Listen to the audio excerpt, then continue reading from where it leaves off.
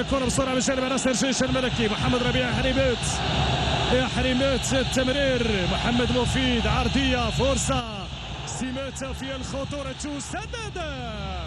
لازالت عسكريه في الخطوره.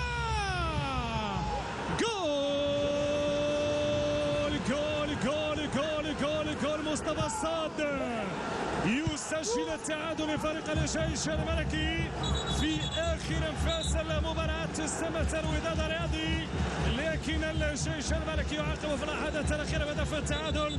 فرحه جنونيه من طرف مكونات الجيش الملكي تعرف قيمه الهدف وقيمه التعادل الذي يزن ذهبا في ظل معطيات هذه القمه. الوداد قلت لكم سيطر بالطور والعاد في الجوله الاولى، والجيش الملكي سيطر بالطور والعاد في الجوله الثانيه.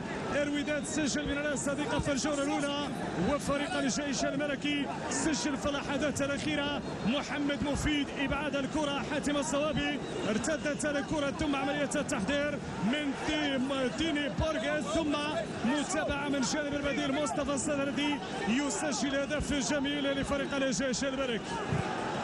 كنترول طريقه جميله ثم بتسديده دائريه فوق مرمى الحارس يوسف المطيع.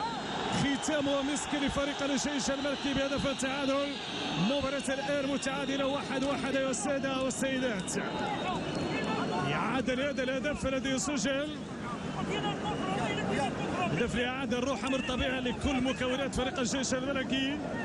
فريق اللي عاش ضغط كبير قلت خصوصا مع إخسافي مسابقة الكونفدرالية اليوم. كان ضغط من أجل تحقيق والبحث عن نتيجة إيجابية أمام الوداد الرياضي.